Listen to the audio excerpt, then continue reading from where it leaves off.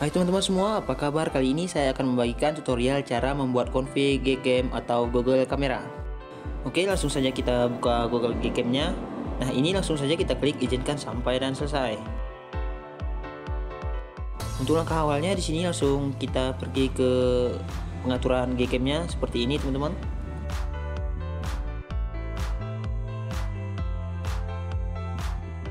Oh ya teman-teman, sebelum kita buat config-nya di sini untuk Gcam kita perlu setting sedikit ya teman-teman. Nah di sini hal yang tidak perlu lebih baik kita nonaktifkan saja, seperti simpan lokasi. Di sini saya nonaktifkan, saran Google Lens di sini juga saya nonaktifkan. Nah ini bertujuan agar nanti untuk config-nya tidak terlalu memakan memori ya teman-teman. Jadi untuk Gcam-nya pun tidak bekerja dengan berat. Nah, untuk langkah awalnya di sini kita pergi ke pengaturan lanjutan. Oke, untuk kontrol HDR kita aktifkan saja. Untuk Google Gallery juga diaktifkan agar nanti tidak susah membuka foto setelah di shoot. Nah, di sini ada resolusi foto kamera ya, teman-teman. Nah, ini bisa kita buat menjadi resolusi penuh. Oke, dan di bawah sini untuk settingan videonya. Nah, di sini untuk stabilisasi video sudah aktif. Untuk video, maksud saya untuk forset 4K 60 fps di sini saya aktifkan ya, teman-teman. Fokus tracking video juga saya aktifkan. Nah, jika sudah, kita kembali ke pengaturan selanjutnya. Oke, hal yang pertama kita lakukan, kita pergi ke pengaturan global lagi. Nah, di sini ada opsi smartphone ya, teman-teman. Jika teman-teman memakai smartphone Vivo, lebih baik ubah opsinya ke Samsung. Nah, jika tidak, lebih baik auto saja. Untuk interface di sini saya rubah menjadi Redfin atau Google Pixel 5. Untuk JPEG compression di sini saya buat menjadi 100%. Dan untuk anti banding saya buat menjadi auto, dari off menjadi auto seperti ini. Oke, jika sudah, kita scroll ke opsi pengaturan lainnya. Nah, di sini untuk yang tidak mengerti kita buat menjadi off saja.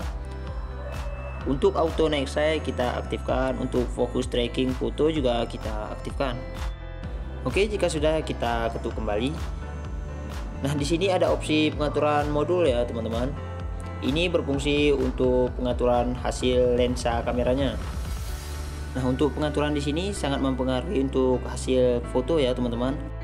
Nah, untuk rinciannya ini yang 0.6 ini ultrawide dan 0.9 ini lensa depth, dan 1.0 ini lensa utama, dan 1.1 ini lensa makro. Nah, yang paling bawah ini lensa selfie ya, teman-teman, atau kamera selfie. Oke, di sini langsung saya setting untuk langkah awalnya lensa utama ya, teman-teman. Nah, sebelum kita ke image processing, di sini kita pergi ke pengaturan model. Di sini saya rubah menjadi ke pixel 4 XL. Untuk exposure-nya menjadi 3 ya, plus 3 ya, teman-teman, agar nanti hasilnya menjadi lebih terang. Nah, sekarang kita scroll lagi ke opsi pengaturan lainnya.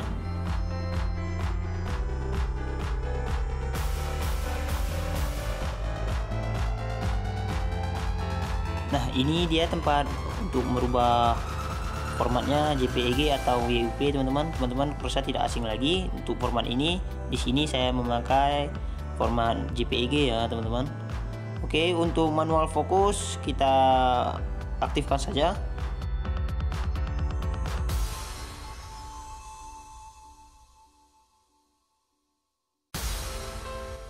Nah, jika sudah, sekarang kita ke pengaturan opsi image processing ini ya, teman-teman, yang paling atas ini.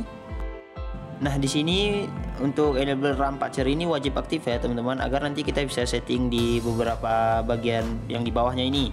Nah, ini sangat mempengaruhi untuk hasil foto ya, teman-teman. Nah, ini hanya sebagai contoh ya, teman-teman. Di sini untuk enable global saya aktifkan, lalu saya pergi ke opsi main setting ini. Nah, di sini yang saya rubah hanya saturasinya ya, teman-teman.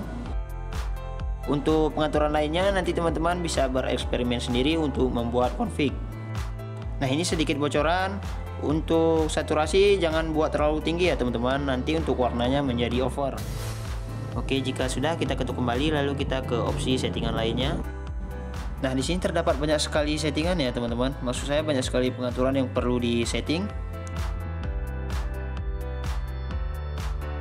salah satunya di sini untuk settingan warna juga ada. Jika teman-teman ingin merubah warnanya juga bisa di sini ya teman-teman.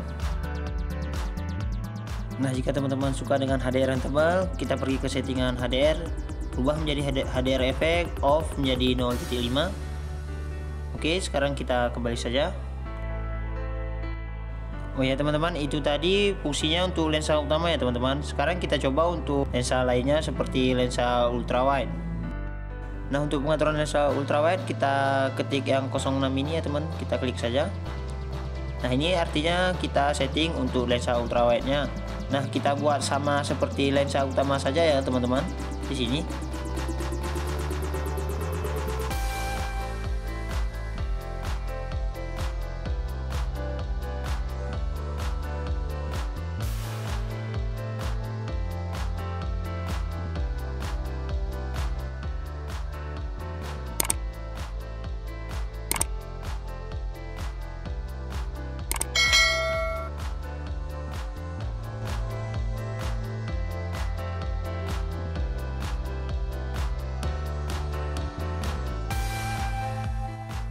Oke teman-teman, jika sudah, sekarang kita ke opsi config ya teman-teman. Nah, ini langsung klik save. Nah, di sini nanti untuk namanya bisa kita buat sesuka hati kita. Di sini saya buat untuk namanya Android Gcam. Oke, jika sudah langsung klik simpan saja. Untuk file config ini nanti berformat XML. Nah, kita bisa carinya di file manager.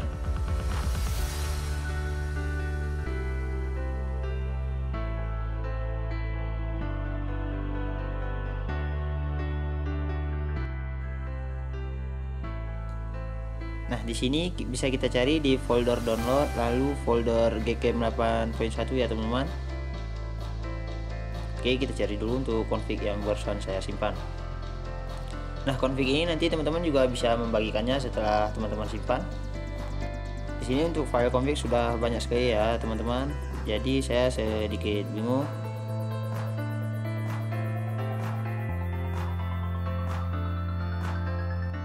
Nah, ini dia teman-teman untuk file config yang barusan saya buat. Nah, ini sudah bisa dibagikan ya teman-teman. Oke, sekarang kita cek di Gcam-nya apakah sudah terbaca. Oke, kita ketuk kembali dulu. Nah, untuk memasang config di sini ketuk 2 kali di sebelah tombol shooter teman-teman. Nah, ini dia teman-teman ya. Ini sudah bisa dipakai untuk config yang barusan saya buat. Untuk teman-teman yang ingin membuat config Gcam bisa langsung mencobanya teman-teman ya. Oh ya teman-teman, di sini saya memakai Gcam BSG 8.1. Nah, untuk linknya nanti ada di video ini teman-teman, di deskripsinya tentunya. Nah, jangan lupa di subscribe ya teman-teman. Sekian dulu, wassalamualaikum warahmatullahi wabarakatuh.